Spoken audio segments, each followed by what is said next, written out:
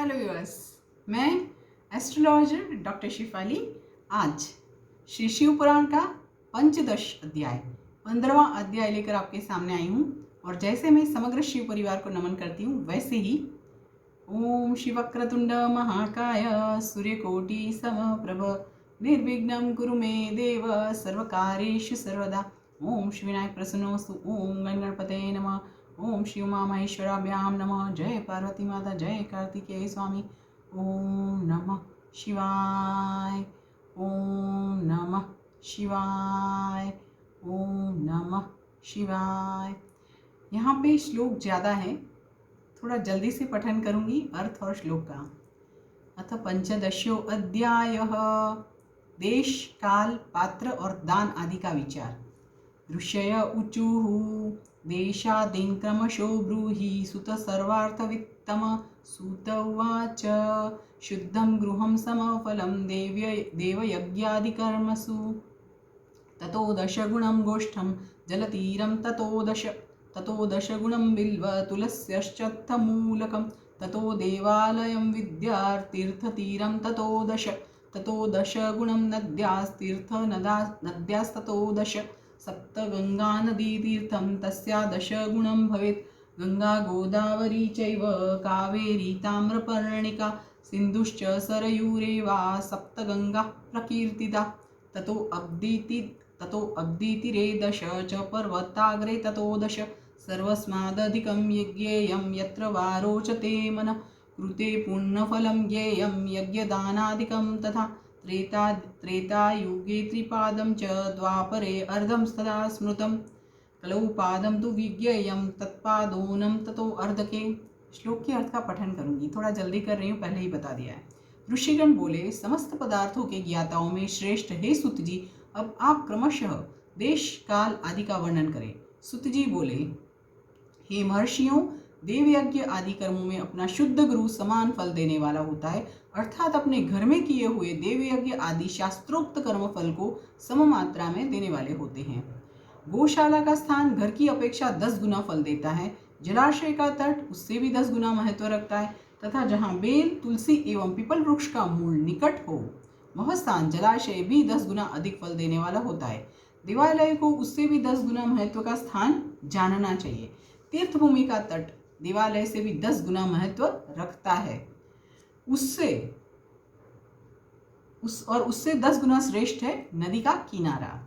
उससे 10 गुना उत्कृष्ट है तीर्थ नदी का तट, और उससे भी 10 गुना महत्व रखता है सप्तगंगा नामक नदियों का तीर्थ। गंगा, गोदावरी, कावेरी, ताम्रपर्णी, सिंधु, सरयू और नर्मदा, इन 7 नदियों को सप्तगंगा कहा गया है। समुद्र के तट का स्थान उनसे भी 10 गुना अधिक पवित्र माना गया है, और पर्वत के शिखर का प्रदेश समुद्र तट से भी 10 गुना पावन है। सबसे अधिक महत्व का वह स्थान जानना चाहिए जहाँ मन लग जाए। यहाँ तक देश का वर्णन हुआ। अब काल का तारतम्य बताया जाता है। सत्य युग में यज्ञ, दान आदि कर्म पूर्ण फल देने वाले होते हैं, ऐसा जानना चाहिए। त्रेता युग में उसका 3/4 फल मिलता है। द्वापर में सदा आधे ही फल की प्राप्ति कही गई है। कलयुग में 1/4 मतलब 1/4 ही फल की प्राप्ति समझनी चाहिए, और आधा कलयुग बीतने पर उस फल में भी 1/4 कम हो जाता है। आगे के श्लोक का पठन। शुद्धात्मनः शुद्ध दिने पुण्यं समफलं विदुः। तस्मात् दशगुणं ज्ञेयं रवि संक्रमणे बुधः। विषुवे तदृश गुणमयने तदृशः स्मृतं। तदृश मृगसंक्रांतो तच्चंद्रग्रहणे दश। ततश्च सूर्यग्रहणे पूर्णं कालोत्तमे विदुः। जगद्रूपस्य सूर्यस्य विषयोगाच्चरो गदम्। अतस्तद्विशशान्त्यर्थं स्नानदानजपाश्चरेत्। विशशान्त्यर्थकालत्वात् स कालः पुण्यदः स्मृतः। जन्मर्क्षे च व्रतान्ते च सूर्यरागोपमं विदुः। महतां संगकालश्च कोट्यर्कं ग्रहणं विदुः। तपोनिष्ठा ज्ञाननिष्ठा योगिनो यतयस्तथा। पूजायाः पात्रमेते हि पापसंगक्षयकारणं। 24 वा गायत्र्या जपसंयुतः। ब्राह्मणस्तु भवेत् पात्रं सम्पूर्णफलभोगदं। पतनात्रायत् इति पात्रं शास्त्रे प्रयुज्यते। धातुश्च पातकात्राणां पातकात्राणात् पात्रमित्यभिधीयते। शुद्ध अंतःकरण वाले पुरुष को शुद्ध एवं पवित्र दिन सम फल देने वाला होता है। हे विद्वान ब्राह्मणों, सूर्य संक्रांति के दिन किया हुआ सत्कर्म पूर्वोक्त शुद्ध दिन की अपेक्षा 10 गुना फल देने वाला होता है, यह जानना चाहिए। उससे भी 10 गुना अधिक महत्व उस कर्म का है जो विषुव नामक योग में किया जाता है। विषुव मतलब ज्योतिष के अनुसार वह समय जबकि सूर्य विषुव रेखा पर पहुंचता है और दिन तथा रात दोनों बराबर होते हैं। वह वर्ष में 2 बार आता है, एक तो सौर चैत्र मास की नवमी तिथि या अंग्रेजी दिनांक 21 मार्च को, और दूसरा आश्विन की नवमी तिथि या अंग्रेजी दिनांक 22 सितंबर को आता है, जो विषुव नामक योग में किया जाता है। दक्षिणायन आरंभ होने के दिन अर्थात कर्ककी संक्रांति में किए हुए पुण्य कर्म का महत्व विषुव से भी 10 गुना अधिक माना गया है। उससे भी 10 गुना अधिक मकर संक्रांति में और उससे भी 10 गुना अधिक चंद्र ग्रहण में किए हुए पुण्य का महत्व है। इसीलिए हम लोग बोलते हैं कि मकर संक्रांति के बाद, मकर संक्रांति के दिन ये दान करिए, चंद्र ग्रहण के बाद, चंद्र ग्रहण छूटने के बाद ये करिए, सूर्य ग्रहण में ये करिए, है ना। अधिक चंद्र ग्रहण में किए हुए पुण्य का 10 गुना अधिक चंद्र ग्रहण में किए हुए पुण्य का महत्व है। सूर्य ग्रहण का समय सबसे उत्तम है, उसमें किए गए पुण्य कर्म का फल चंद्र ग्रहण से भी अधिक और पूर्ण मात्रा में होता है। इस बात को विज्ञ पुरुष जानते हैं। जगत रूपी सूर्य का राहु रूपी विश्व से संयोग होता है, इसीलिए सूर्य ग्रहण का समय रोग प्रदान करने वाला है। अतः उस विश्व की शांति के लिए उस समय स्नान, दान और जप करना चाहिए। वह काल विश्व की शांति के लिए उपयोगी होने के कारण पुण्यप्रद माना गया है। जन्म नक्षत्र के दिन तथा व्रत की पूर्ति के दिन का समय सूर्य ग्रहण के समान ही समझा जाता है, परंतु महापुरुषों के संग का काल करोड़ों सूर्य ग्रहण के समान पावन है, ऐसा ज्ञानी पुरुष मानते हैं। तपोनिष्ठ योगी और ज्ञाननिष्ठ यति ये पूजा के पात्र है, क्योंकि ये पापों के नाश में कारण होते हैं। जिसने 24 लाख गायत्री का जप कर लिया वो ब्राह्मण भी पूजा का पात्र है। उसका पूजन संपूर्ण फलों और भोगों को देने में समर्थ है। जो पतन से त्राण करता अर्थात नरक में गिरने से बचाता है, उसके लिए इसी गुण के कारण शास्त्र में पात्र शब्द का प्रयोग होता है। वह दाता को पाप से त्राण प्रदान करने के कारण पात्र कहलाता है। गायकं त्रायते पातात् गायत्रीत्युच्यते हि सा, यथार्थहीनो लोके अस्मिन् परस्यार्थं न यच्छति, अर्थवानिह यो लोके परस्यार्थं प्रयच्छति, स्वयं शुद्धो हि पुतात्मा नरान् संत्रातुमर्हति। गायत्री जप शुद्धो हि शुद्ध ब्राह्मण उच्यते, तस्मात् दाने जपे होमे पूजायां सर्वकर्मणि दानं कर्तुं तथा त्रातुं पात्रत्वं ब्राह्मणो अर्हति। अन्नस्य क्षुदितं पात्रं नारीनरमयात्मकं ब्राह्मणं श्रेष्ठमाहूय यत्काले सुसमाहितं, तदर्थं शब्दमर्थं वा सद्बोधकमभीष्टदम्, इच्छावतः प्रदानं च सम्पूर्णफलदं विदुः, यत्प्रश्नानन्तरं दत्तं तदर्धफलदं विदुः, यत्सेवकाय दत्तं स्यात् तत्पादफलदं विदुः। जातिमात्रस्य विप्रस्य दिनवृत्ते द्विजर्षभा, दत्तमर्थं हि भोगाय भूर्लोके 10 वार्षिकं, वेदयुक्तस्य विप्रस्य स्वर्गे हि 10 वार्षिकं, गायत्री जपयुक्तस्य सत्ये हि 10 वार्षिकं, विष्णुभक्तस्य विप्रस्य दत्तं वैकुण्ठदं विदुः, शिवभक्तस्य विप्रस्य दत्तं कैलासदं विदुः, लोकोपभोगार्थं सर्वेषां दानमिच्यते। गायत्री अपना गान करने वाला अधोगति से त्राण करती है, इसलिए वह गायत्री कहलाती है। जैसे इस लोक में जो धनहीन है वह दूसरे को धन नहीं दे सकता, जो यहाँ धनवान है वही दूसरे को धन दे सकता है, उसी तरह जो स्वयं शुद्ध और पवित्र आत्मा है वही दूसरे मनुष्य का त्राण या उद्धार कर सकता है। जो गायत्री का जप करके शुद्ध हो गया है वही शुद्ध ब्राह्मण कहा जाता है। इसीलिए दान, जप, होम, पूजा इन सभी कर्मों के लिए वही शुद्ध पात्र है। ऐसा ब्राह्मण ही दान लेने तथा रक्षा करने की पात्रता रखता है। स्त्री हो या पुरुष, जो भी भूखा हो वही अन्नदान का पात्र है। श्रेष्ठ ब्राह्मण को समय पर बुलाकर उसे धन अथवा उत्तम वाणी से संतुष्ट करना चाहिए, इससे अभिष्ट फल की प्राप्ति होती है। जिसको जिस वस्तु की इच्छा हो उसे वह वस्तु बिना मांगे ही दे दी जाए तो दाता को उस दान का पूरा फल प्राप्त होता है। ऐसी महर्षियों की मान्यता है। जो याचना करने के बाद दिया गया हो वह दान आधा ही फल देने वाला बताया गया है। अपने सेवक को दिया हुआ दान 1/4 फल देने वाला कहा गया है। हे विप्रवरो, जो जाति मात्र से ब्राह्मण है और दीनतापूर्ण वृत्ति से जीवन बिताता है, उसे दिया हुआ धन का दान दाता को इस भूतल पर 10 वर्षों तक भोग प्रदान करने वाला होता है।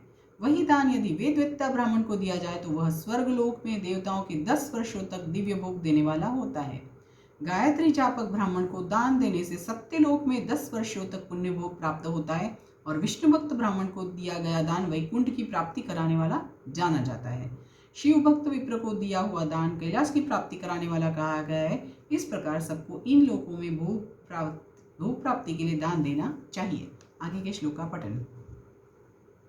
दशांगमन्नं विप्रस्य भानुवारे ददन्नरः परजन्मनि चारोग्यं 10 वर्षं समश्नुते बहुमानमथा आवानम् अभ्यङ्गं पादसेवनं वासोगन्धाद् अर्चनं च द्रुतापूपरसोत्तरं षडस्रं व्यञ्जनं चैव ताम्बूलं दक्षिणोत्तरं नमश्चानुगमश्चैव स्वन्नदानं दशाङ्गमन्नं विप्रेभ्यो दशभ्यो वै ददन्नरः अर्कवारे तथारोग्यं 100 वर्षसमश्नुते सोमवारादिवारेषु ततद्वारगुणं फलम् अन्नदानस्य विज्ञेयं भूर्लोके परजन्मनि 7 च वारेषु दशभ्यश्च दशाङ्गकम् अन्नं दत्त्वा 100 वर्षमारोग्यादिकमश्नुते एवं शतेभ्यो विप्रेभ्यो भानुवारे ददन्नरः सहस्रवर्षमारोग्यं सर्वलोके समश्नुते सहस्रेभ्यस्तथा दत्त्वा अयुतवर्षं समश्नुते एवं सोमादिवारेषु विज्ञेयं हि विपश्चिता भानुवारे सहस्राणां गायत्री पूतचेतसाम् अन्नं दत्त्वा सत्यालोके यारोग्यादि समश्नुते अयुतानां तथा दत्त्वा विष्णुलोके समश्नुते अन्नं दत्त्वा तु लक्षाणां रुद्रलोके समश्नुते बालानां ब्रह्मबुद्धया हि देयं विद्यार्थिभिर्नरैः यूनां च विष्णुबुद्धया हि पुत्रकामार्थिभिर्नरैः वृद्धानां रुद्रबुद्धया हि देयं ज्ञानार्थिभिर्नरैः बालस्त्री भारती बुद्धया बुद्धिकामेर्नरोत्तमैः लक्ष्मीबुद्ध्या युवस्त्रीषु भोगकामेर्नरोत्तमैः वृद्धासु पार्वती बुद्धया देयमात्मार्थिभिर्जनैः। श्लोक के अर्थ का पठन करूंगी। रविवार के दिन ब्राह्मणों को दशांग अन्न देने वाला मनुष्य दूसरे जन्म में 10 वर्षों तक निरोगी रहता है। बहुत सम्मान पूर्वक बुलाना, अभ्यंग, चंदन आदि, पाद सेवन, वस्त्र, गंध आदि से पूजन, घी के मालपुए आदि सुंदर भोजन, 6 रस व्यंजन, दक्षिणा सहित तांबूल, नमस्कार और जाते समय अनुगमन, ये अन्नदान के 10 अंग कहे गए हैं। 10 ब्राह्मणों को रविवार के दिन दशांग अन्न का दान करने वाला 100 वर्ष तक निरोग रहता है। सोमवार आदि विभिन्न वारों में अन्नदान का फल उन वारों के अनुसार दूसरे जन्म में इस पृथ्वी लोक में प्राप्त होता है, ऐसा जानना चाहिए। 7 वारों में 10-10 ब्राह्मणों को दशांग अन्नदान करने से 100 वर्ष तक आरोग्य आदि फल प्राप्त होते हैं। इस प्रकार रविवार के दिन ब्राह्मणों को अन्नदान करने वाला मनुष्य 1000 वर्षों तक शिवलोक में आरोग्य लाभ करता है। इसी प्रकार 1000 ब्राह्मणों को अन्नदान करके मनुष्य 10,000 वर्षों तक आरोग्य भोग करता है। विद्वान को सोमवार आदि दिनों के विषय में भी ऐसा ही जानना चाहिए। रविवार को गायत्री जप से पवित्र अंतःकरण वाले 1000 ब्राह्मणों को अन्नदान करके मनुष्य सत्यलोक में आरोग्य आदि भोगों को प्राप्त करता है। इसी प्रकार 10,000 ब्राह्मणों को दान देने से विष्णु लोक में ऐसी प्राप्ति होती है और 1,00,000 ब्राह्मणों को अन्नदान करने से रुद्रलोक में भोगादि की प्राप्ति होती है। विद्या की कामना वाले मनुष्यों को ब्रह्म बुद्धि से बालकों को दशांग अन्न का दान करना चाहिए। पुत्र की कामना वाले लोगों को विष्णु बुद्धि से युवकों को दान करना चाहिए और ज्ञान प्राप्ति की इच्छा वालों को रुद्र बुद्धि से वृद्ध जनों को दान देना चाहिए। इसी प्रकार बुद्धि की कामना करने वाले श्रेष्ठ मनुष्यों को सरस्वती बुद्धि से बालिकाओं को दशांग अन्न का दान करना चाहिए। सुख भोग की कामना वाले श्रेष्ठ जनों को लक्ष्मी बुद्धि से युवतियों को दान देना चाहिए। आत्मज्ञान की इच्छा वाले लोगों को पार्वती बुद्धि से वृद्धा स्त्रियों को अन्नदान करना चाहिए। आगे के श्लोक का पठन करूंगी। शीलवृत्त्योच्छवृत्त्या च गुरुदक्षिणयार्जितं शुद्धद्रव्यमिति प्राहुस्तत्पूर्ण फलं विदुः। शुक्लप्रतिग्रहात् दत्तं मध्यमं द्रव्यमुच्यते कृषिवाणिज्यकोपेत मध्यमं द्रव्यमुच्यते क्षत्रियाणां विषं चैव शौर्यवाणिज्यकार्जितम् उत्तमं द्रव्यमित्याहुः शूद्राणां ब्रूतकार्जितम्।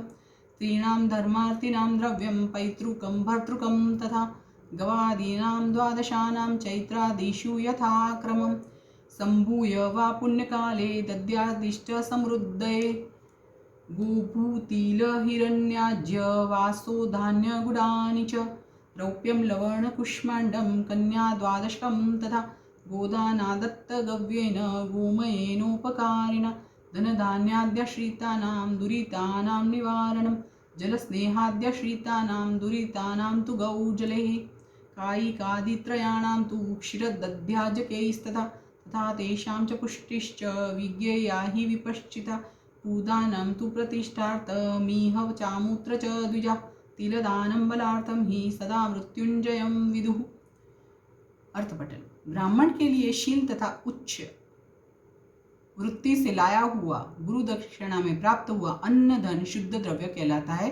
उसका दान दाता को पूर्ण फल देने वाला बताया गया है। यहाँ पे उच्च का अर्थ बता रही हूँ। किसान के द्वारा खेत में बोए हुए अन्न को काटकर ले जाने के बाद उनसे गिरे हुए एक एक दाने को दोनों अंगुली से चुनने का उच्च कहा जाता है।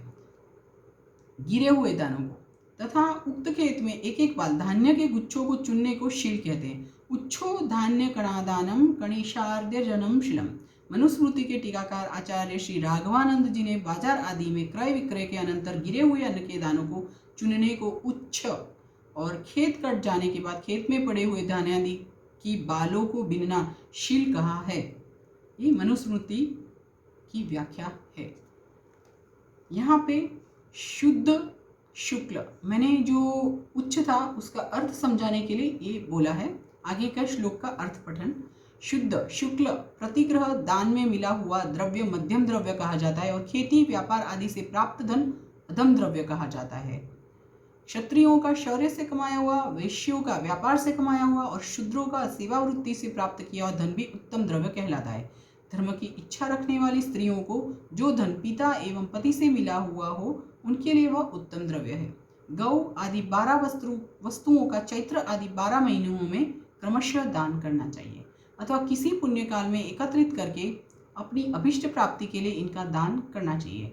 गौ, भूमि, तिल, सुवर्ण, घी, वस्त्र, धान्य, गुड़, चांदी, नमक, कोहड़ा और कन्या, यही वे 12 वस्तुएं हैं। गोदान में दी हुई गाय के उपकारी गोबर से धन धान्य आदि ठोस पदार्थों के आश्रय से टिके पापों का नाश होता है और उसके गोमूत्र से जल, तेल आदि तरल पदार्थों में रहने वाले पापों का नाश होता है। उसके दूध, दही और घी से कायिक, वाचिक तथा मानसिक तीनों प्रकार के पाप नष्ट हो जाते। यहाँ पे जो बताया गया है गाय के दूध, गाय का घी और गाय के ही दूध से दही, ऐसा बताया गया है। उससे सब प्रकार के पाप नष्ट हो जाते हैं। उनसे कायिक आदि पुण्य कर्मों की पुष्टि भी होती है, ऐसा बुद्धिमान मनुष्य को जानना चाहिए। ये ब्राह्मणों भूमि का दान इहलोक और परलोक में प्रतिष्ठा आश्रय की प्राप्ति कराने वाला है। तिल का दान बलवर्धक एवं मृत्यु का निवारक कहा गया है। आगे के श्लोक का पठन और अर्थ पठन। गाय का दूध ज़्यादा से ज़्यादा यूज़ करना चाहिए। यहाँ पे बताया गया है कि वो पापों को नाश करता है। गाय का दूध का दही, गाय का दूध से जो बनता है वो घी, उसको यूज़ करना चाहिए, ऐसा यहाँ पे श्री शिव पुराण में बताया गया है। आगे के श्लोक। हिरण्यम जाठराग्नेस्तु वृद्धिदम वीर्यदम तथा आज्यम पुष्टिकरम विद्यास्तस्त्रम आयुष्करम विदुः धान्यमन्न समृद्ध्यर्थम मधुराहारदम गुडम रौप्यम रेतो अभिवृद्ध्यर्थम षडस्त्रार्थम तुलावनम सर्व समृद्ध्यर्थम कुष्मांडम सुपुष्टिदम विदुः प्राप्तिदम सर्वभोगानामिह चामूत्र च द्विजा यावज्जीवन मुक्तं हि कन्यादानं तु भोगदं पन्साम्रकपित्थानां वृक्षाणां फलमेव च कदल्याद्यौषधीनां च फलं गुल्मोद्भवं तथा माषादीनां च मुद्गानां फलं शाकादिकं तथा मरीचिसर्षपाद्यानां शाकोपकरणं तथा यद्रतौ यत्फलं सिद्धं तद्देय हि विपश्चिता श्रोत्रादीन्द्रियतृप्तिश्च सदा देया विपश्चिता शब्दादि दशभोगार्थं दिगादीनां च तुष्टिदा वेदशास्त्रं समादाय बुद्ध्वा गुरुमुखात् स्वयं कर्मणां फलमस्तीति बुद्धिरास्तिक्यमुच्यते बन्धुराजभयात् बुद्धि श्रद्धा सा च कनीयसी। श्लोक के अर्थ का पठन।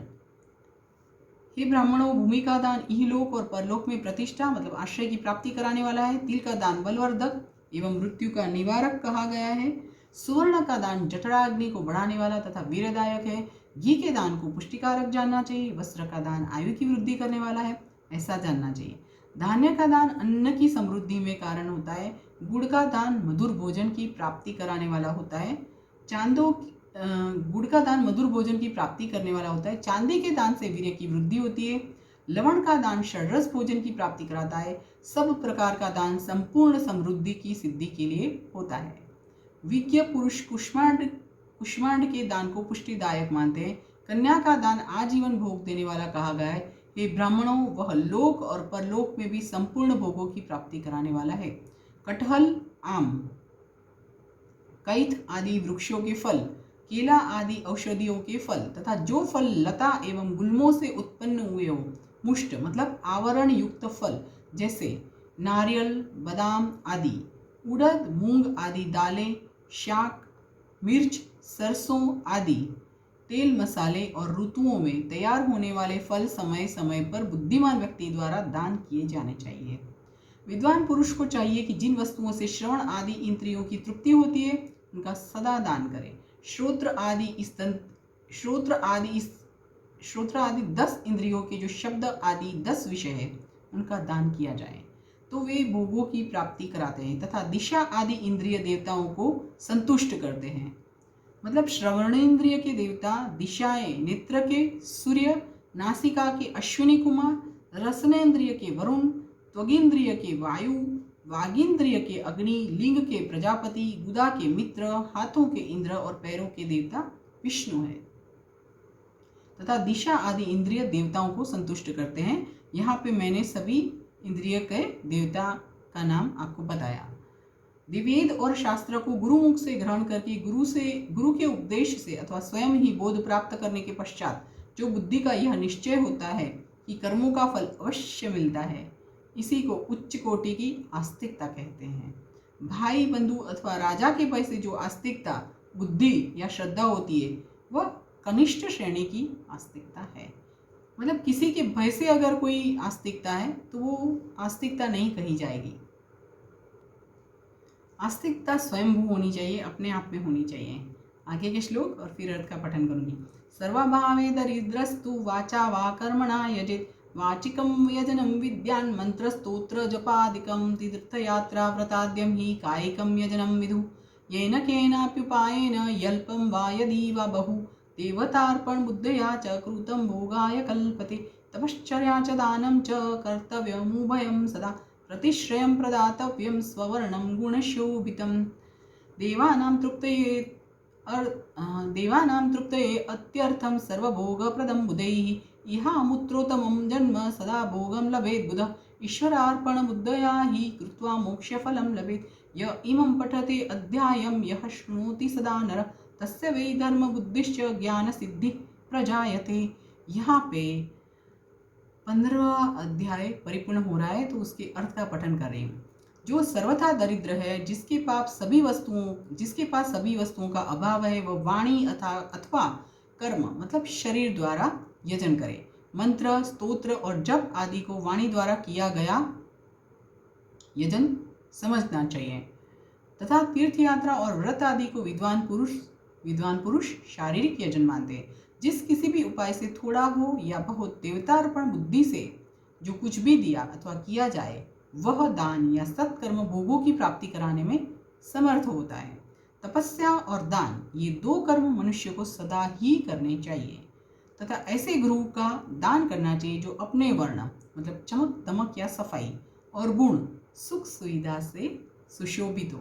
बुद्धिमान पुरुष देवताओं की तृप्ति के लिए जो कुछ देते हैं वह अतिशय मात्रा में और सब प्रकार के भोग प्रदान करने वाला होता है। उस दान से विद्वान पुरुष इहलोक और परलोक में उत्तम जन्म और सदा सुलभ होने वाला भोग पाता है। ईश्वरार्पण बुद्धि से यज्ञ, दान आदि कर्म करके मनुष्य मोक्ष फल का भागी होता है। जो मनुष्य इस अध्याय का सदा पाठ अथवा श्रवण करता है उसे धार्मिक बुद्धि प्राप्त होती है तथा उसमें ज्ञान का उदय होता है। यहाँ पे 15वां जो अध्याय है वो परिपूर्ण हो रहा है। इति श्री शिव महापुराणे प्रथमायां विद्येश्वर संहितायां देशकाल पात्रादिवर्णनम नाम पंचदशो अध्याय। यहाँ पे संस्कृत में इसको पंचदश बोला जाता है। 15 दैट इज पंचदश। इस प्रकार श्री शिव महापुराण के अंतर्गत प्रथम विद्येश्वर संहिता में देश काल पात्र आदि का वर्णन नामक 15वां अध्याय पूर्ण हुआ। यहाँ पे 15वां अध्याय परिपूर्ण हुआ है।